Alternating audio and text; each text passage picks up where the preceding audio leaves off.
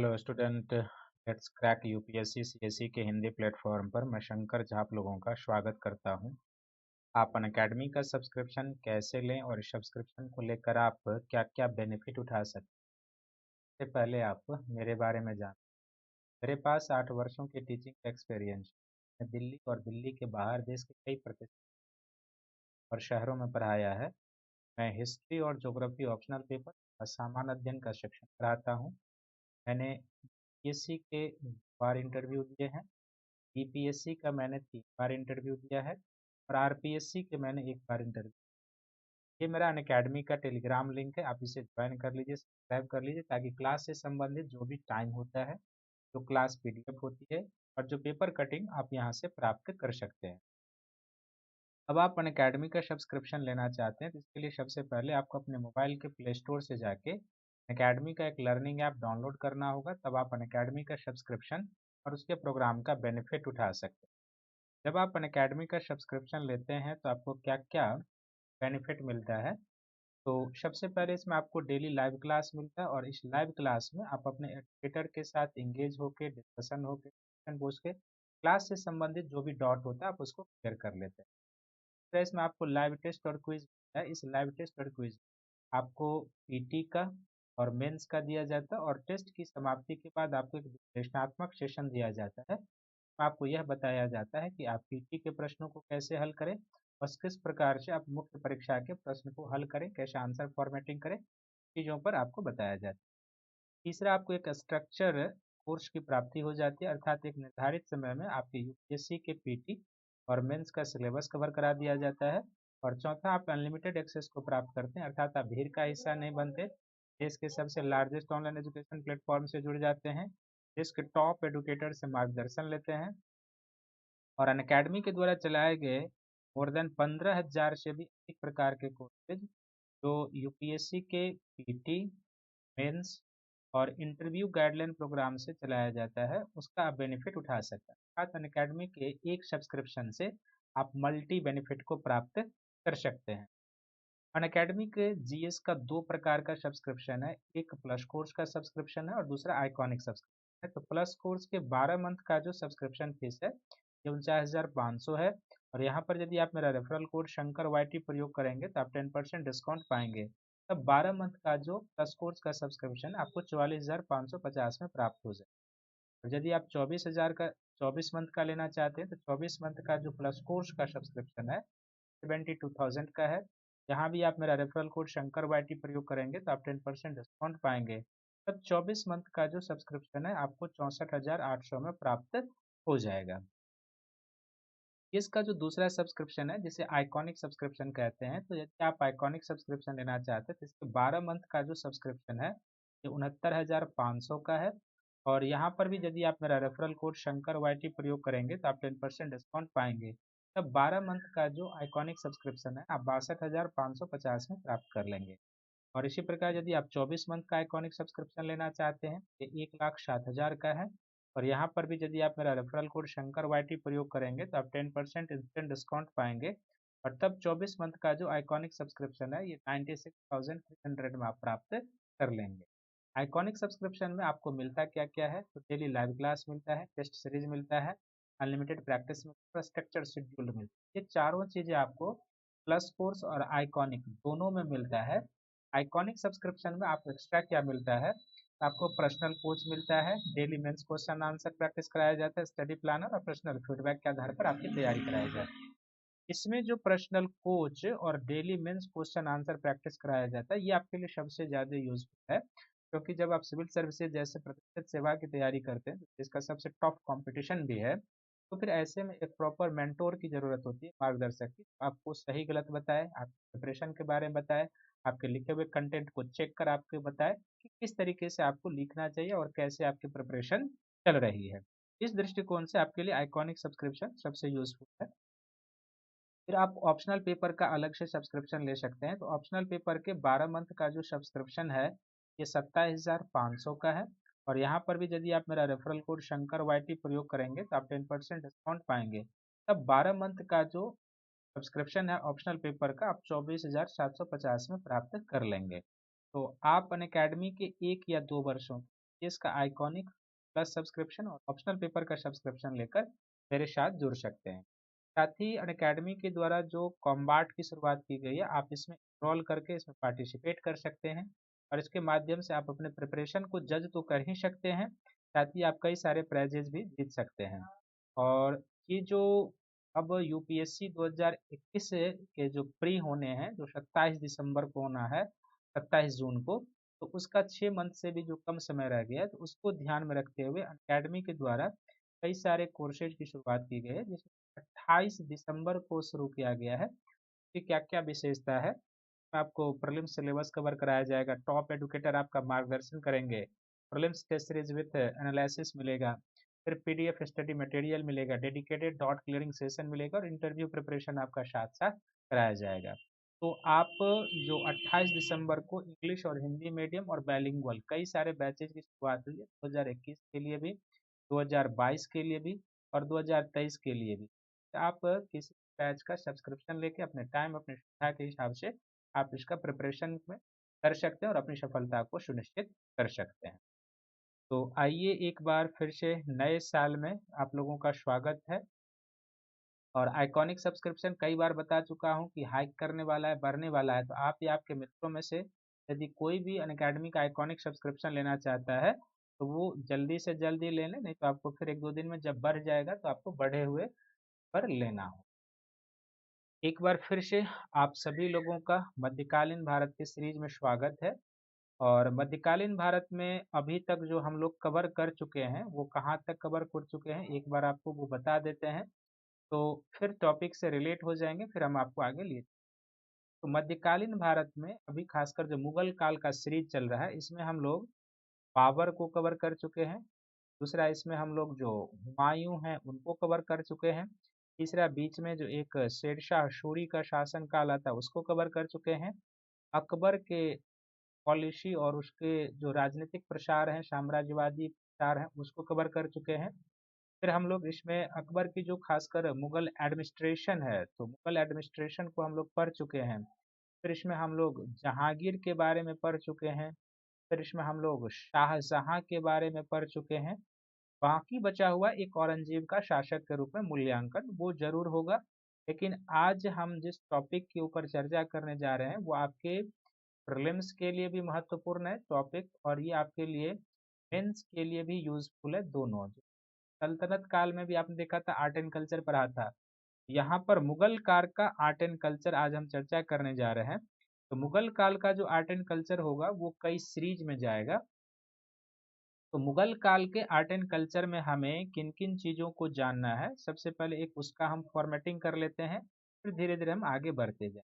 तो जब हम मुगल कालीन आर्ट एंड कल्चर की चर्चा करते हैं तो सबसे पहले इसमें क्या होता है कि मुगल कालीन जो खासकर एक सेक्शन आता है इसमें, मुगल कालीन स्थापत्य कला।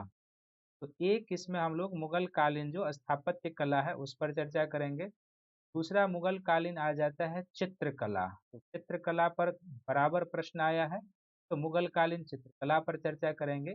तीसरा इसमें जो चर्चा का एरिया होगा वो मुगल काल में जो संगीत कला को प्रोत्साहन मिला था, तो संगीत कला के बारे में। और चौथा जो इसमें हम लोग देखेंगे कला के अंतर्गत ही मुगल काल में जो साहित्य कला का विकास हुआ था, उस साहित्य कला के बारे में हम लोग अध्ययन करेंगे। ये 4 सेक्शन होगा। और जो स्थापत्य कला होगा, तो जब हम लोग इस स्थापत्य कला का अध्ययन करेंगे तो जाहिर सी बात है कि इसमें क्या होगा, इसकी एक विशेषता के बारे में अध्ययन करेंगे। और जब हम लोग इसकी एक विशेषता के बारे में अध्ययन करेंगे, फिर दूसरा इसमें सेक्शन हो जाएगा स्थापत्य कला में मुगल काल में जो विभिन्न शासकों के दौरान, विभिन्न शासकों के दौरान जो स्थापत्य कला के क्षेत्र में प्रगति हुई थी, विभिन्न शासकों के दौरान जो स्थापत्य कला के क्षेत्र में प्रगति हुई थी उसके बारे में हम लोग डिटेल से चर्चा करेंगे। और जब विभिन्न शासकों के दौरान स्थापत्य कला के बारे में हम लोग चर्चा करेंगे, तो जाहिर सी बात है कि इस स्थापत्य कला, चित्रकला, संगीत और साहित्य कला का विकास सभी शासकों के समय में हुआ है। लेकिन खासकर जब हम लोग मुगल स्थापत्य की बात करते हैं, तो मुगल स्थापत्य के बारे में जब हम लोग बात करेंगे, तो इस स्थापत्य कला का जो विकास हुआ है बेसिकली कैसे कैसे हुआ है और किस तरीके से ये डिक्लाइन करके गया है, ये भी आपको समझ लेना होगा। तो सबसे पहले मुगल स्थापत्य के बारे में जब हम लोग जानते हैं तो मुगल स्थापत्य का जो विकास होता है वो बाबर के समय से होता है। बाबर के बाद हम लोग देखते हैं कि कुछ मुगल स्थापत्य का जो विकास होता है वो हुमायूं के समय में होता है। तो दूसरा कौन से हो जाएंगे, हुमायूं के समय का। तीसरा जो मुगल काल में स्थापत्य का एक नियोजित तरीके से विकास होना शुरू होता है वो अकबर के समय में होता है। अकबर के बाद मुगल स्थापत्य की जो थोड़ी सी और विकसित अवस्थाएं हमें देखने को मिलती है।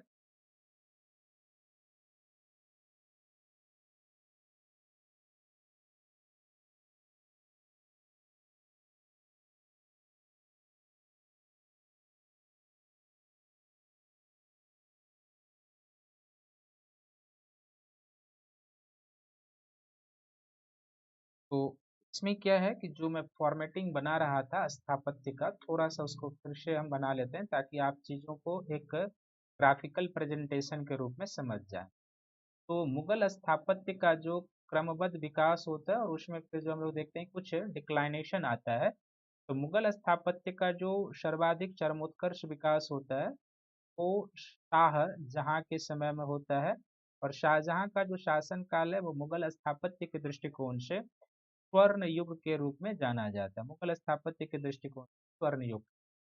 और फिर ये जो स्थापत्य कला है औरंगजेब के समय में भी ये निरंतर रहता है, लेकिन औरंगजेब के समय में उतना स्थापत्य का विकास नहीं हुआ जितना कि शाहजहां के समय में या अन्य शासकों के समय में हुआ था।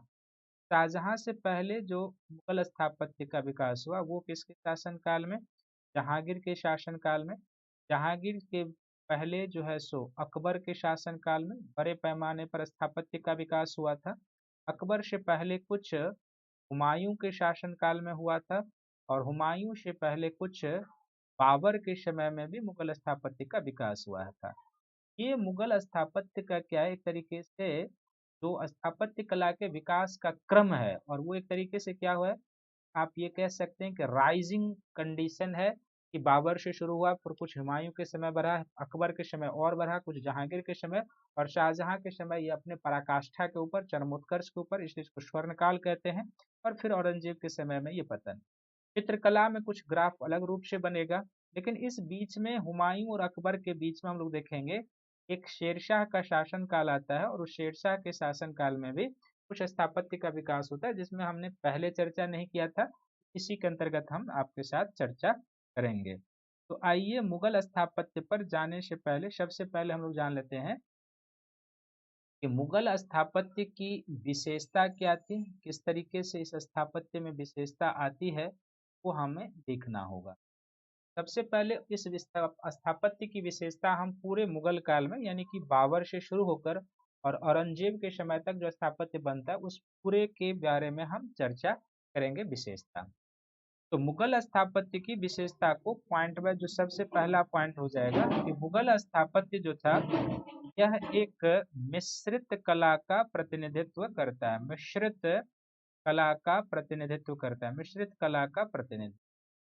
तो मिश्रित कला का जो प्रतिनिधित्व करता है इसमें किन किन तत्वों का समावेश है, कहाँ कहाँ का, वो आपको ध्यान रखने। ये जो मिश्रित कला है इसमें सबसे पहले क्या है कि ईरानी कला के परंपराओं का समावेश है, ईरानी परंपरा का समावेश है। साथ ही इसमें क्या है कि मुगल तैमूरी जो स्थापत्य है तो तैमूरी परंपरा का भी समावेश है और कुछ मुगलों के स्थापत्य में मंगोल परंपरा का भी समावेश है। तो ये जो तीन परंपराएं हैं मुगल स्थापत्य में, वो हम कह सकते हैं कि मुगलों ने अपने साथ जो कला के विदेशी तत्व लाए थे वह विदेशी तत्व इसमें समाहित है। और साथ ही इस मिश्रित कला में जो है ना सो स्थानीय यानी भारतीय स्थानीय कला के तत्वों का भी समावेश है, स्थानीय कला के तत्वों का समावेश। तो स्थानीय कला के तत्वों का जो समावेश है मुगल कला में, इस पर खासकर कुछ प्रांतीय कला का विशेष प्रभाव है।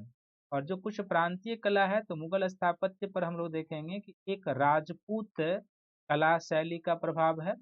दूसरा मुगलों का स्थापत्य पर गुजरात के कला शैली का प्रभाव है। गुजरात जो प्रांतीय राज्य जिसके बारे में हम लोग जिक्र कर चुके हैं, गुजरात के कला शैली का प्रभाव है। तीसरा इस कला पर जो बंगाल में उस समय कला शैली का प्रचलन था तो बंगाल के कला शैली पर प्रभाव है, बंगाल के कला शैली पर। तो इस तरीके से जो मुगल आर्किटेक्ट है उसमें क्या है कि विदेशी तत्व और स्थानीय तत्वों का परंपरा का समावेश है, इसलिए इसे एक मिश्रित कला कहा जाता है। और यह भी जो मिश्रित कला है, जो सल्तनत काल में इंडो इस्लामिक कला का विकास होना शुरू हुआ था, तो सल्तनत काल में प्रारंभ हुए इंडो इस्लामिक कला जो है यहाँ पर अपने चरमोत्कर्ष पर पहुंचती है, इंडो इस्लामिक कला चरमोत्कर्ष पर पहुंचती है। तो पहली विशेषता जो मुगल स्थापत्य की हो जाएगी वो यह है कि एक मिश्रित कला, और किन किन तत्वों का इसमें मिश्रण था ये आपने देख लिया है। दूसरा जो मुगल स्थापत्य की विशेषता हो जाएगी वह यह है कि मुगल स्थापत्य जो होता है वो एक तरीके से बड़े पैमाने पर नियोजित स्थापत्य का उदाहरण है, नियोजित स्थापत्य का उदाहरण है। यानी कि इसका पहले आरेख खींचा जाता था, जैसे आज बिल्डिंग बनाने के लिए पहले इंजीनियर के द्वारा कंस्ट्रक्शन का वो डिजाइन तैयार किया जाता है, ठीक उसी तरीके से मुगलों के समय जो आर्किटेक्ट का निर्माण हुआ वो नियोजित स्थापत्य है। और इस नियोजित स्थापत्य की विशेषता है कि पहले इसे जो है सो एक निर्माण प्रक्रिया के तहत इसका आरेख बनाया जाता था, और फिर उस आरेख को जमीन पर उतारने का प्रयास किया गया, तो नियोजित स्थापत्य। तीसरा इस स्थापत्य की विशेषता क्या है कि इस स्थापत्य के निर्माण में ज्यामितीय नियमों का पालन किया गया है, ज्यामितीय नियमों का पालन किया गया है। और ज्यामितीय नियमों का क्या पालन किया गया है, तो बाबर के समय में जो चारबाग शैली का विकास हुआ था वो जो है सो मुगल स्थापत्य की एक प्रमुख विशेषता, जिसमें आप देखेंगे ज्यामितीय शैली यानी ज्यामितिक उद्यान का निर्माण हुआ है। तो ज्यामितीय नियमों यानी ज्यामितीय उद्यान का निर्माण हुआ है मुगलों के समय में, ये तीसरी विशेषता। इस स्थापत्य की जो चौथी विशेषता हो जाएगी मुगलों के समय की, तो वो जो चौथी विशेषता हो जाएगी वह यह हो जाएगी कि मुगलों के समय में जो उद्यान होते थे वो क्या होते थे, चार बाग शैली पर होते थे, चार बाग शैली पर इन्होंने उद्यान का निर्माण कराया था। तो ये जो चार बाग शैली होते थे वैसे बाबर में बड़े पैमाने पर देखेंगे तो बाबर को इसका जनक माना जाता है, लेकिन यदि और आप इसको अंदर ले जाएंगे हिस्ट्री को डीप स्टडी में, तो आप इसको देखेंगे जो लोदी कालीन सल्तनत काल में जो लोदी कालीन कुछ स्थापत्य है, उस लोदी कालीन स्थापत्य पर भी चारबाग शैली का हमें प्रभाव दिखाई देता है। लेकिन जब जनक की बात होगी तो बाबर को भारत में चारबाग शैली का जनक माना जाता है। ये जो चारबाग शैली होती थी बिल्कुल ज्यामितीय तरीके से इसमें उद्यान बनाया जाता था।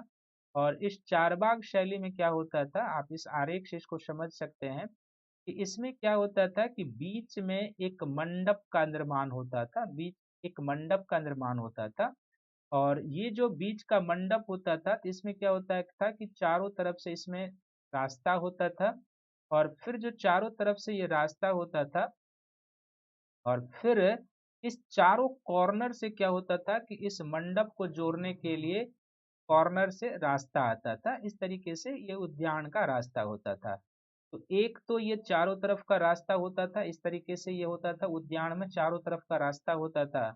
और फिर चारों कॉर्नर से क्या होता था, उद्यान के मध्य में जो मंडप होता था एक तरीके का, जो मुगल कालीन वो एक गुंबद नुमा होता था, मंडप कहें मंडप कहना वो होगा, लेकिन आप उसको गुंबद नुमा आकृति होती थी वो आप कहेंगे।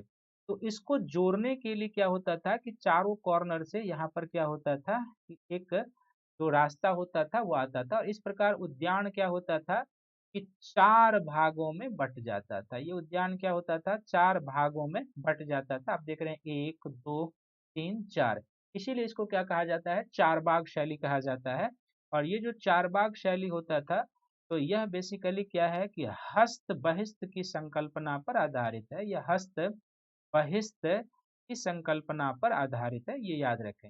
इस तरीके के मुगल काल में क्या होते थे कि प्रत्येक मुगल शासक बाबर के द्वारा भी, आगे चलकर आप देखेंगे अकबर के द्वारा, जहांगीर के द्वारा, शाहजहां के द्वारा, सभी शासकों के द्वारा इस चारबाग शैली के आधार पर उद्यानों का निर्माण कराया गया, जो आज भी भारत में है। दिल्ली में आप मुगल गार्डन का नाम सुनते होंगे, जो आगरा में है जो नूर अफगन बाग जिसे राम बाग कहते हैं वो हो जाएगा। जम्मू कश्मीर में कई सारे बाग हैं जो मुगल चार बाग शैली के उदाहरण हैं। तो इस कला की चौथी विशेषता हो जाएगी कि चार बाग शैली में यहाँ पर बड़े पैमाने पर उद्यानों का निर्माण हुआ है। फिर इस उद्यानों की जो पांचवी विशेषता या मुगल कला की जो पांचवी विशेषता हो जाएगी वह यह था कि उद्यानों में जो मुगल उद्यान होते थे जो चारबाग शैली पर उद्यानों में और भवनों में बेसिकली क्या होता था, उद्यानों और भवनों में बहते हुए फव्वारे, बहते हुए पानी की व्यवस्था होती थी, बहते हुए पानी की व्यवस्था होती थी। आज भी आप मुगल गार्डन में जाएंगे, दिल्ली में आप चले जाएं तो आपको बहते हुए पानी की व्यवस्था मिलेगी उसमें।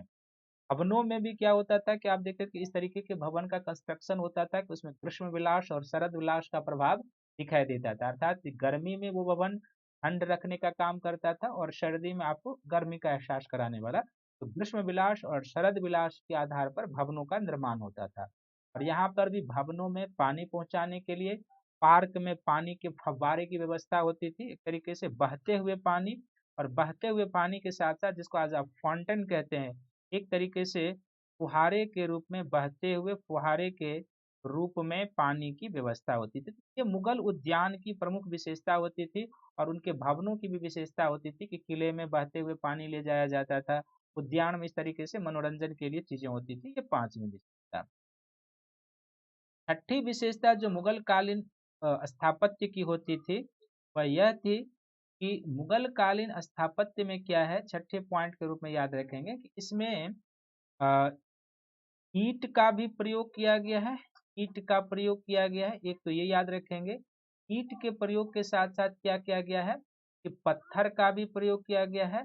और पत्थर के साथ साथ क्या है, कच्चे माल के रूप में लाल बलुआ पत्थर का भी प्रयोग हुआ है, जिसको हम लोग रेड सैंडस्टोन कहते हैं। लाल बलुआ पत्थर का प्रयोग हुआ है।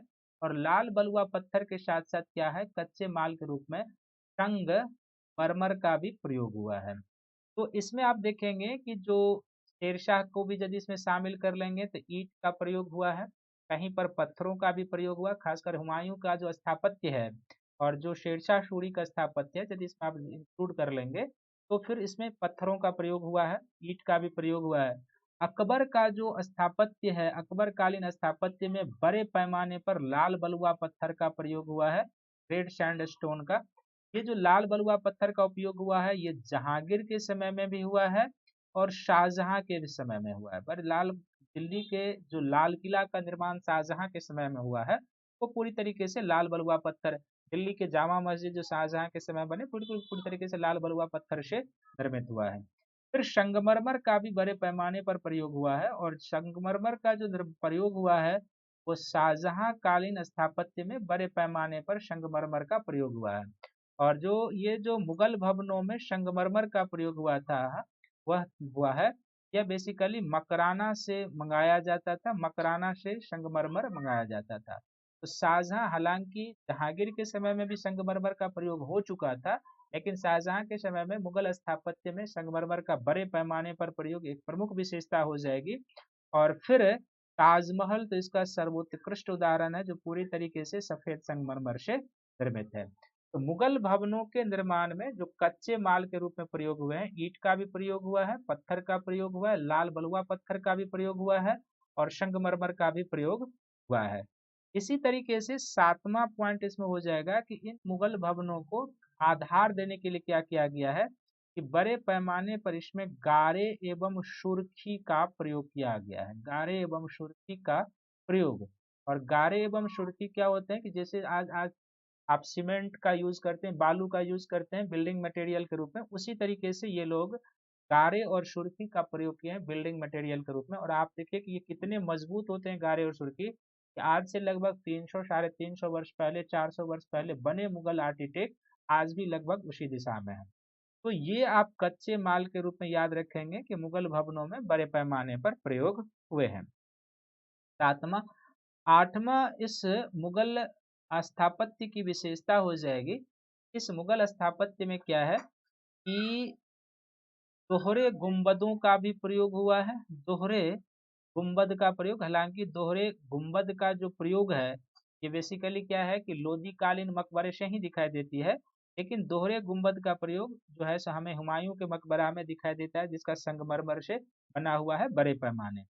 तो दोहरे गुंबद और वैज्ञानिक गुंबदों का जो निर्माण है वो मुगल के आर्किटेक्ट में हुआ है। वैज्ञानिक पद्धति पर आधारित पद्धति पर आधारित गुंबदों का जो है वो निर्माण हुआ है।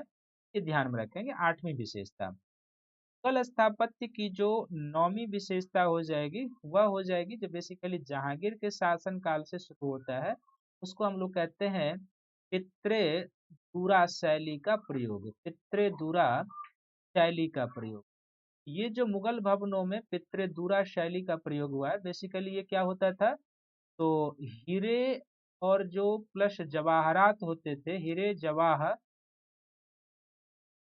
जवाहरात को फूल पत्तियों पर सजाया जाता था। फूल पत्तियों पर हीरे और जवाहरात के सजाने की जो कला थी वो पित्रे-दूरा शैली कहलाती है। हीरे और जवाहरात को एक तरीके से भवन के दीवारों पर सजाने की कला, या इसको हम लोग इस पित्रे-दूरा को जो सजाने की कला होती थी इसको एक तरीके से गच्चकारी भी कहते हैं या गच्चकरी कहते हैं। तो गच्चकारी या जो गच्च करी करने की कला थी उसको क्या कहते हैं, पितृदुरा शैली। और अभी जो बीपीएससी का एग्जाम हुआ है उसमें ये प्रश्न आया था, जो 66वीं बीपीएससी का पीटी हुआ है उसमें आया था। और ये जो पितृदुरा शैली है ये कई बार एग्जाम में आया है।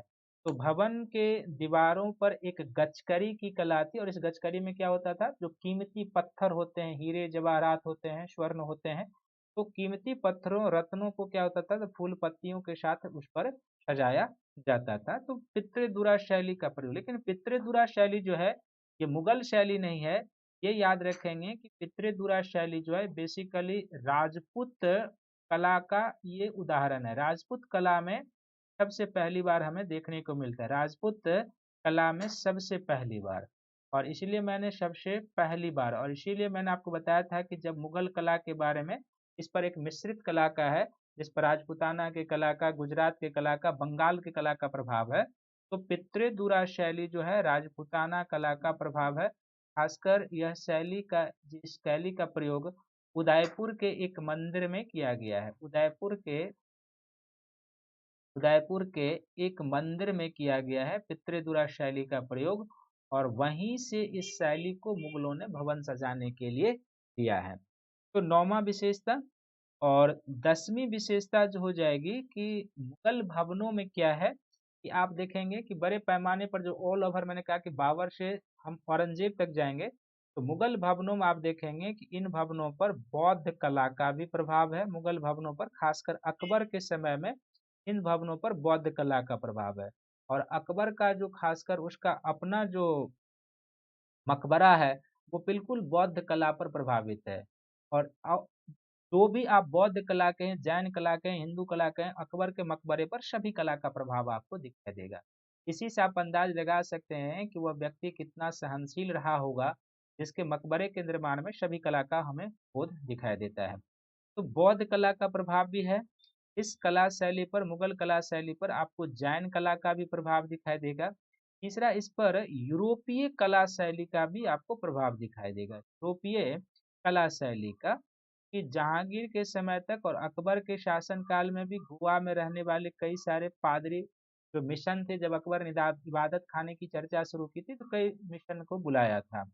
तो यूरोप में जो उस समय पुनर्जागरण कालीन कला थी उसका भी कुछ प्रभाव आपको मुगल भवनों के निर्माण में दिखाई देगा। तो बौद्ध कला का प्रभाव, जैन कला का प्रभाव, यूरोपीय कला का प्रभाव भी इस पर आपको दिखाई देगा। और इस कला के प्रभाव से मुगल भवनों में जो और आपको विशेषता दिखाई देगी वह 11वीं विशेषता के रूप में आपको क्या दिखाई देगी, तो मुगल भवनों में गुंबद को एक तरीके से आप कह सकते हैं कि चूंकि गुंबद बीच में होता था, तो गुंबद को सुंदरता प्रदान करने के लिए, गुंबद को सुंदरता प्रदान करने के लिए, सुंदरता प्रदान करने के लिए मीनारों का बड़े पैमाने पर उपयोग हुआ है। मीनारों का प्रयोग हुआ है, मीनारों का प्रयोग हुआ है। और गुंबद को सुंदरता प्रदान करने के लिए मीनारों का जो प्रयोग हुआ है, इसका सबसे बेस्ट एग्जाम्पल आप शाहजहां कालीन ताजमहल को ले सकते हैं। ताजमहल में आप देखेंगे कि बीच में सबसे बड़ा गुंबद है, और ताजमहल के चारों कोने पर उस गुंबद की सुंदरता को और बढ़ाने के लिए 4 मीनारों का प्रयोग किया गया है। तो न केवल शाहजहां के शासनकाल में, बल्कि अकबर के शासनकाल में भी क्या है कि मुगल भवनों में मीनारों का प्रयोग किया गया है। कुछ ऐसे भी भवन है मुगल भवन जो जिसमें गुंबद का प्रयोग नहीं, जैसे अकबर का आप मकबरा देखेंगे वो सपाट है, उसमें गुंबद का प्रयोग नहीं हुआ है। तो गुंबद की सुंदरता को बढ़ाने के लिए क्या किया गया है, मीनारों का प्रयोग किया गया है। 11वां। 12वां इस स्थापत्य की जो विशेषता थी वह यह थी कि मुगल स्थापत्य में बड़े बड़े दरवाजों का प्रयोग हुआ है, बड़े बड़े यानी विशाल दरवाजों का प्रयोग हुआ है, विशाल दरवाजों का प्रयोग, विशाल दरवाजों का प्रयोग, दरवाजों का प्रयोग। और ये जो विशाल दरवाजों का प्रयोग देखेंगे ये बेसिकली क्या है कि शाहजहां के शासन काल में जो दिल्ली की जामा मस्जिद बनी हुई है, यदि आप दिल्ली की जामा मस्जिद में जाएंगे तो वहाँ की दिल्ली की जामा मस्जिद में बड़े बड़े प्रवेश द्वार, बहुत ही विशाल प्रवेश द्वार का निर्माण किया गया है। और वहाँ भी मीनारों का प्रयोग किया गया है, प्रवेश द्वार की सुंदरता को बढ़ाने के लिए वहाँ भी विशाल मीनारों का प्रयोग किया गया है। तो बड़े बड़े प्रवेश द्वार जो है विशाल प्रवेश द्वार के रूप में भी प्रयोग किया गया है, ये ध्यान में रखेंगे, ये 12वीं विशेषता हो जाएगी।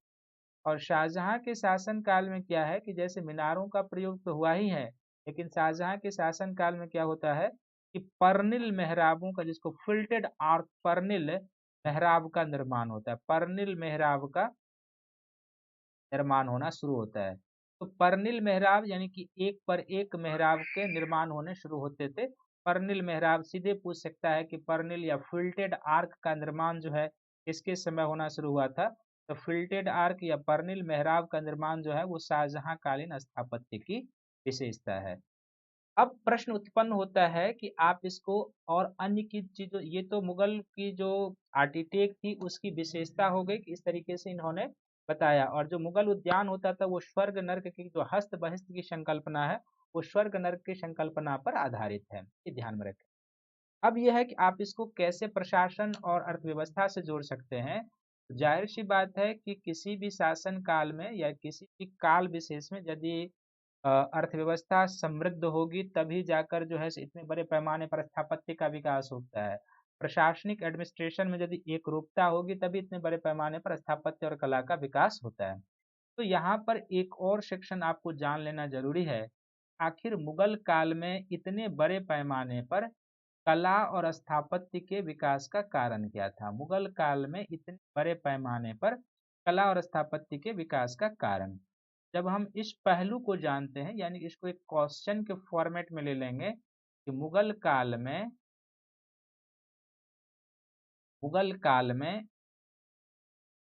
इतने बड़े पैमाने पर, मुगल काल में इतने बड़े पैमाने पर, इतने बड़े पैमाने पर कला एवं स्थापत्य के विकास का कारण क्या था। कला एवं स्थापत्य के विकास का कारण क्या था, विकास का कारण क्या था। तो जब हम इस विकास के कारण को खोजते हैं तो सबसे पहले क्या है कि आप इसमें जाएंगे कि मुगलों का जो है कला और स्थापत्य के दृष्टिकोण से समृद्ध इतिहास रहा है, समृद्ध इतिहास रहा है। समृद्ध इतिहास क्या रहा है, समृद्ध इतिहास रहा है, समृद्ध इतिहास क्या रहा है। तो मुगल जो दो वंशावलियों से संबंधित थे, एक इसमें तैमूरी परंपरा का समावेश और दूसरे इसमें मंगोल परंपरा का समावेश, क्योंकि बाबर एक मातृपक्ष से और पितृपक्ष से दोनों में वो एक तरफ से तैमूरी पक्ष से संबंधित था, दूसरी तरफ से मंगोल। और जो तैमूरी और मंगोल शासक थे ये कला के पोषक थे, कला के पोषक थे। जाहिर सी बात है कि इन लोगों को कला का संरक्षण देना और कला को प्रोत्साहन देना एक विरासत में ही प्राप्त हुई थी। उसी को हमने लिख दिया है कि इनका समृद्ध इतिहास रहा है, यानी कला को पोषित करना विकसित करना का एक विरासत रहा था, वो ध्यान में रखने की जरूरत है, विरासत रहा था वो। दूसरा आप देखेंगे कि मुगल शासकों का जो खासकर जो भी शासक है, मुगल शासकों का कला से रागात्मक लगाव भी था, कला से लगाव था। और जब तक कला से आपको लगाव नहीं रहेगा, किसी जब तक आपको लगाव नहीं रहेगा तब तक आप बड़े पैमाने पर उसको विकसित प्रमोट नहीं कर सकते। तो बाबर से लेके आप औरंगजेब तक देख लेंगे तो स्थापत्य कला में हर एक शासकों का लगाव है। औरंगजेब के बारे में आपको लग सकता है औरंगजेब के बारे में, हालांकि स्थापत्य का विकास कम हुआ, चित्रकला में भी कम विकास हुआ, लेकिन औरंगजेब के समय में संगीत पर पुस्तक की रचना सबसे अधिक हुई। पूरे मुगल शासक काल में संगीत पर पुस्तक की रचना सबसे अधिक हुई, जबकि संगीत को उसने दरबार में बंद करवा दिया। और खुद जो औरंगजेब था वो कुशल वीणा वादक भी था। उसका कुशल वीणा वादक होना उसके कला से एक रागात्मक लगाव को भी प्रदर्शित करता है। तो शासकों का कला से लगाव था इसके कारण। चौथा कारण क्या था कि जो मुगल शासन काल में जो प्रशासनिक एक रूपता स्थापित हुई थी, बड़े पैमाने पर प्रशासनिक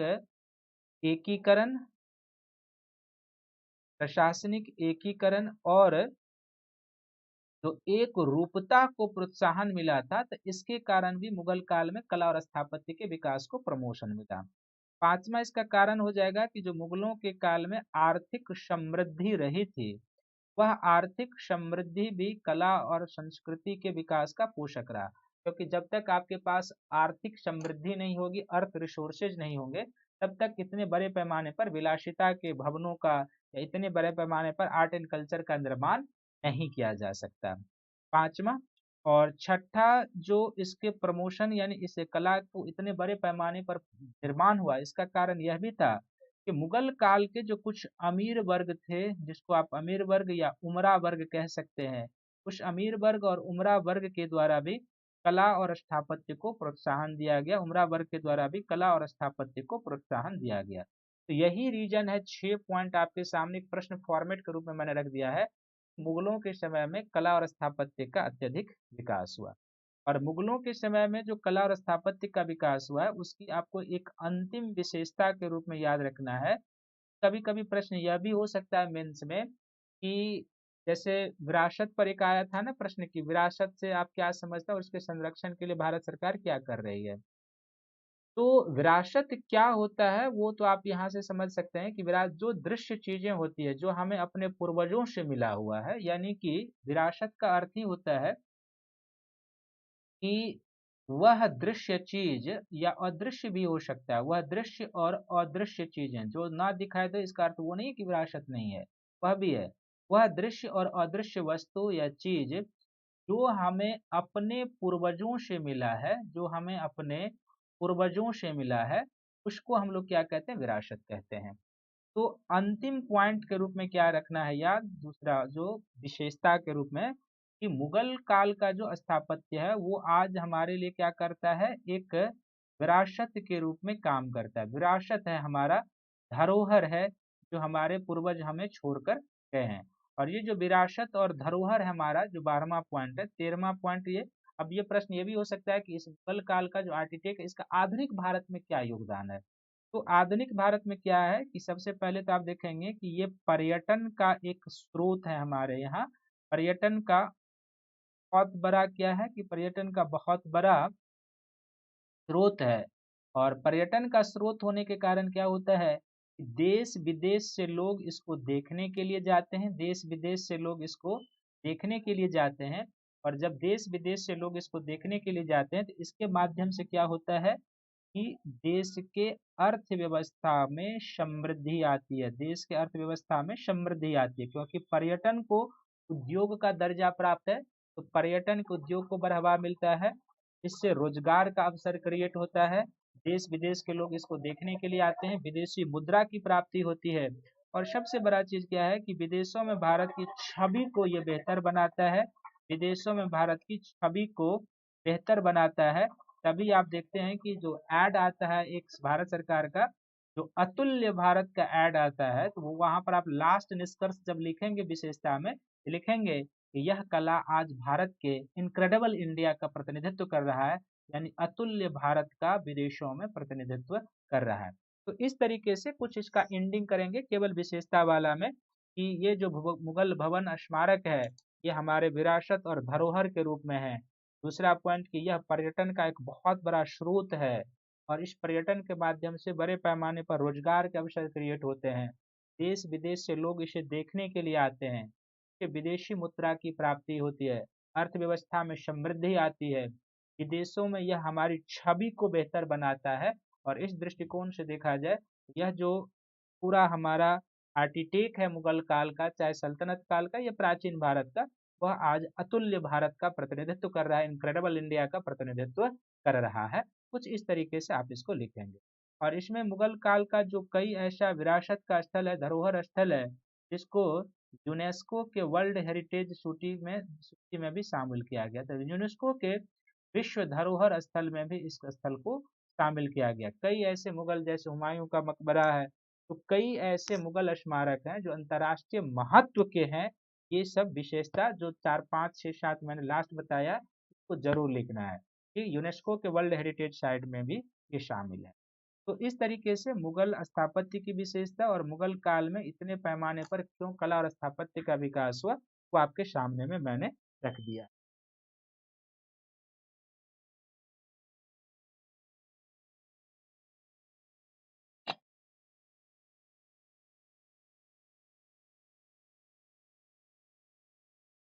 अब है इसमें कि विभिन्न शासकों के समय में जो कला और स्थापत्य का विकास हुआ, तो विभिन्न शासकों के समय में जो कला और स्थापत्य का विकास हुआ, तो आपको पता होगा कि मुगल काल में बाबर को बहुत समय नहीं मिला था, क्योंकि 4 5 साल का इनका समय भारत में, 4 साल का, और 4 युद्धों में व्यतीत। उसी तरीके से हुमायूं का भी समय संक्षिप्त काल है, और हुमायूं का भी का शासन काल कला और स्थापत्य में बहुत बड़ा, लेकिन कुछ तो प्रगति दोनों के समय में हुई।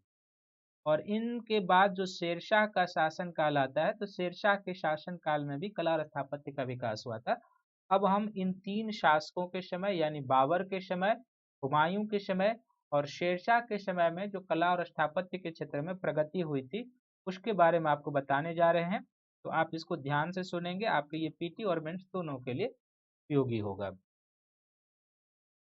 तो सबसे पहले आप देखिए, जो बाबर के समय में स्थापत्य कला का विकास हुआ था, तो बाबर के समय में मुगल कालीन स्थापत्य की शुरुआत किसके साथ होती है? बाबर के समय से शुरुआत होती है, ये तो क्लियर है।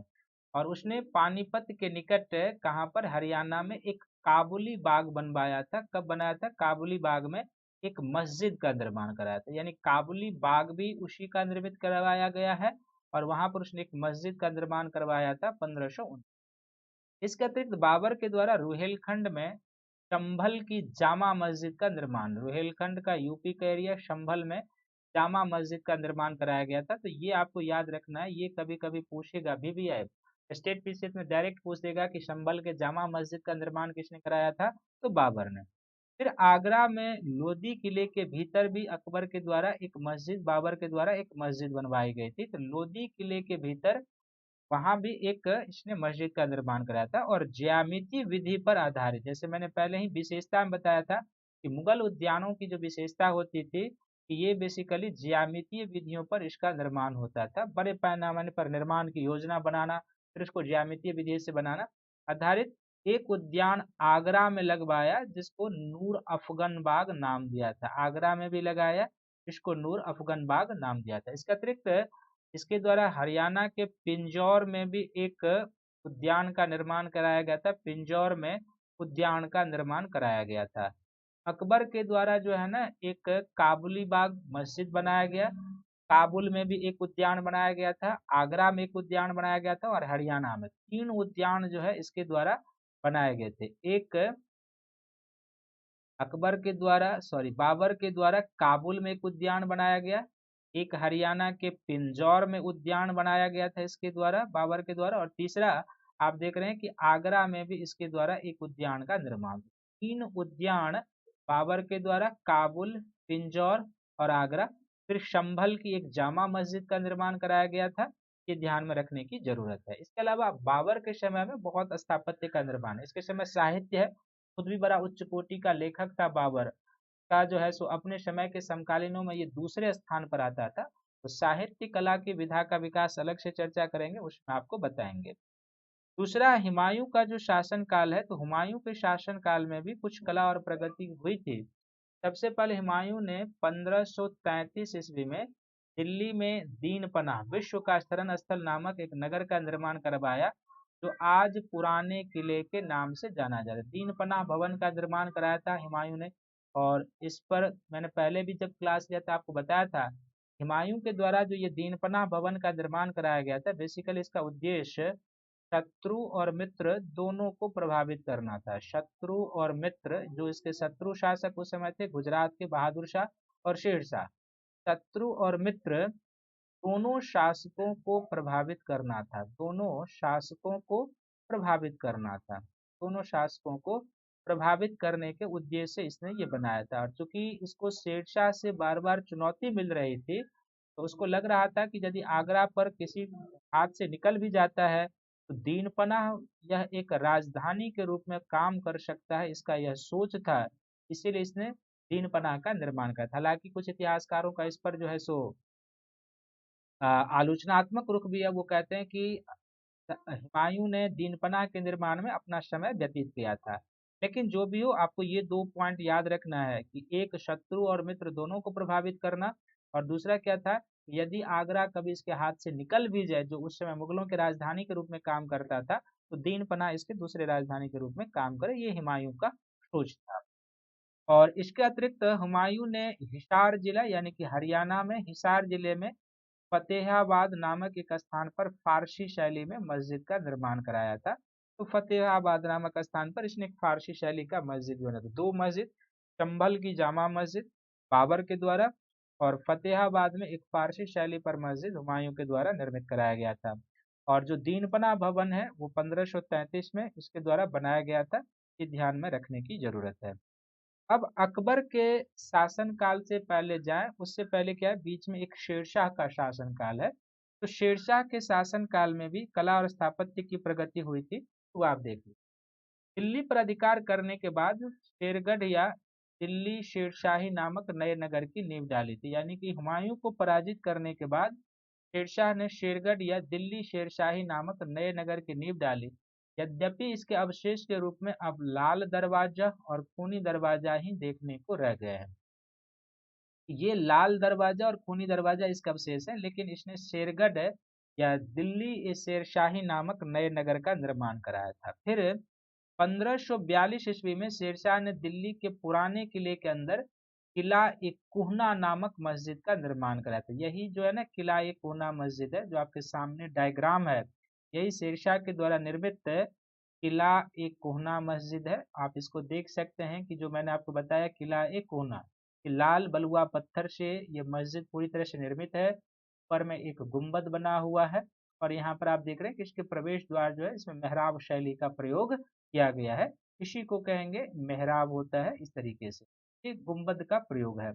तो अंदर जो है ना दिल्ली के पुराने किले के अंदर किला एक कोहना नामक मस्जिद का निर्माण कराया, और उसी परिसर में शेर मंडल नामक, ये याद रखेंगे, शेर मंडल नामक अष्टभुजाकार 3 मंजिला मंडप का निर्माण कराया था। तो ये स्थापत्य के दृष्टिकोण से इसके द्वारा जो बनाया गया हो गया, एक शेरगढ़ जो एक तरीके का शहर हो गया, शेरशाह ए दिल्ली, उसका निर्माण।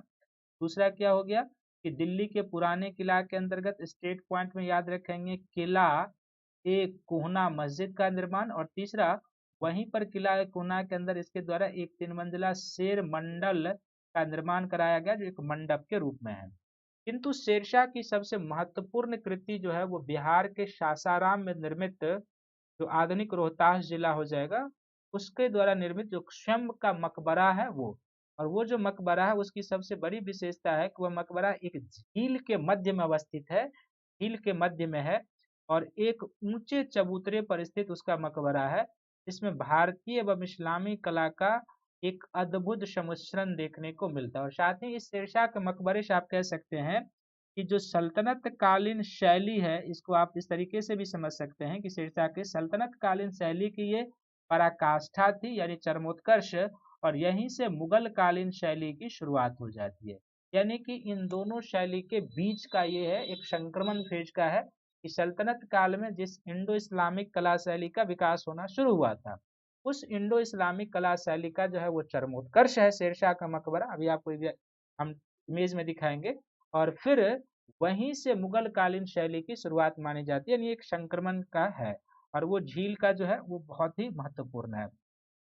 इसके अलावा शेरशाह के द्वारा क्या है कि रोहतासगढ़ के दुर्ग का निर्माण किया गया था। रोहतासगढ़ के दुर्ग का निर्माण किया गया था। एक किले का भी इसके द्वारा निर्माण किया गया था, वह है रोहतासगढ़ का दुर्ग। तो शेरशाह के शासनकाल का जो 4-5 हो गया कि शेरगढ़ नामक यानी दिल्ली शेरशाही नाम का निर्माण, किला ए कोहना मस्जिद का निर्माण, शेर मंडप का निर्माण, और फिर बिहार के सासाराम जिले में शंभ के मकबरे का निर्माण, जो एक कृत्रिम झील के या एक प्राकृतिक झील के मध्य वो निर्मित है, कृत्रिम झील के मध्य निर्मित है, प्राकृतिक नहीं कहेंगे, कृत्रिम झील के मध्य निर्मित है और एक ऊंचे चबूतरे पर बना है।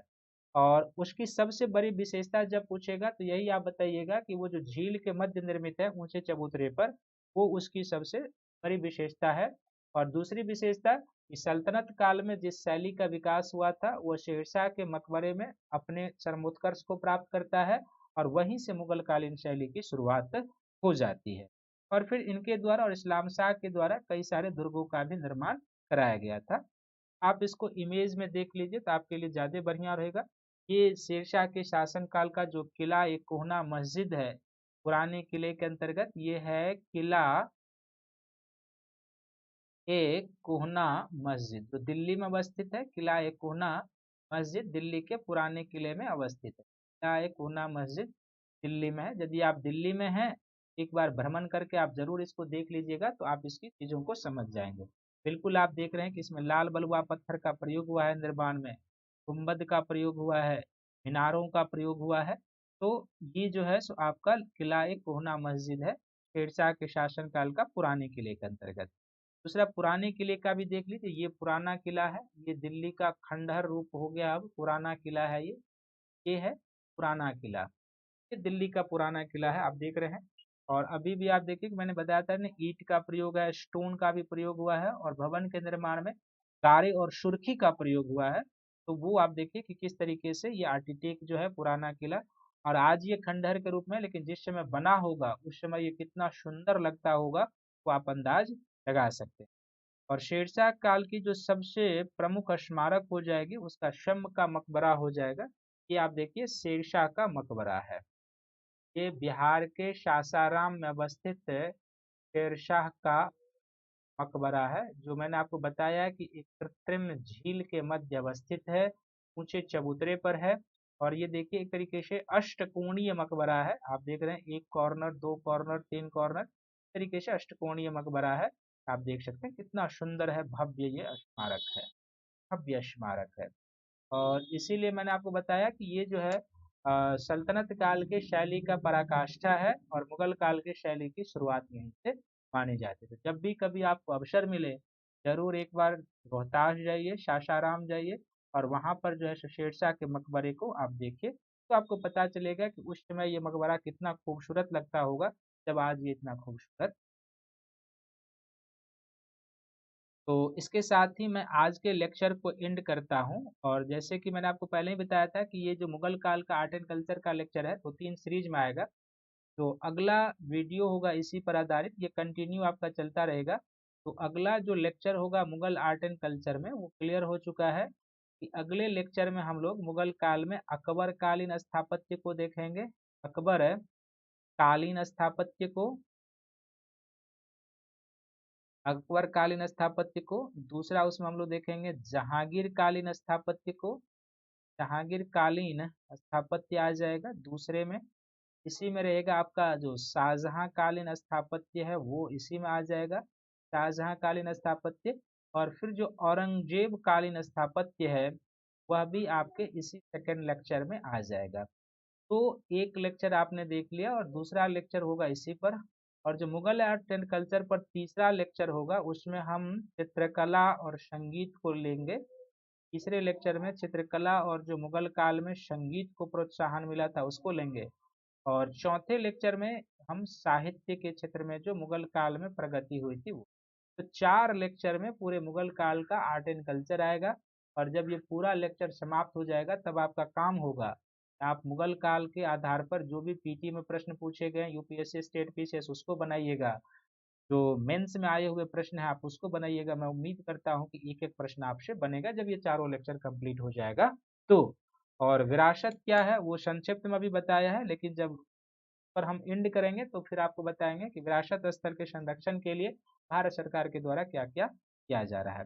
तब तक आप सभी लोग इस वीडियो को देखिए, लाइक कीजिए, शेयर कीजिए, सब्सक्राइब कीजिए। और अगले वीडियो में जैसे मैंने फॉर्मेटिंग कर ही दिया है कि किस में आपके लिए क्या लेकर आएंगे, तब तक आप या आपके मित्रों में से यदि कोई भी अनअकैडमी का सब्सक्रिप्शन लेना चाहता है तो आप प्लस कोर्स का या आइकॉनिक सब्सक्रिप्शन कोई भी लेंगे, मेरा referral code Shankar YT use करेंगे तो आप 10% डिस्काउंट पाएंगे और आप प्लस कोर्स में मेरे साथ जुड़ जाएंगे।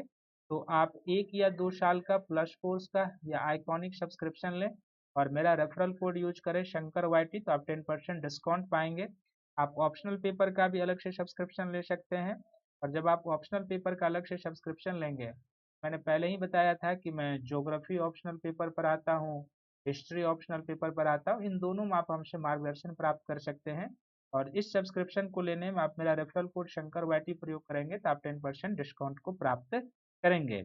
और आप इस वीडियो को लाइक कीजिए, शेयर कीजिए, सब्सक्राइब कीजिए, ताकि अधिक से अधिक लोग जो हैं इसका बेनिफिट उठा सके। और अपने अपने ग्रुप में सभी लोग शेयर करें, और आपका जो लाइक शेयर सब्सक्राइब होता है वो मेरे लिए भी बूस्ट का काम करता है, तो आप इसको लाइक कीजिए, शेयर कीजिए, सब्सक्राइब कीजिए। और सभी को थैंक्स है। अगले वीडियो में हम फिर मुगल काल के आर्ट एंड कल्चर सीरीज में दूसरे लेक्चर लेके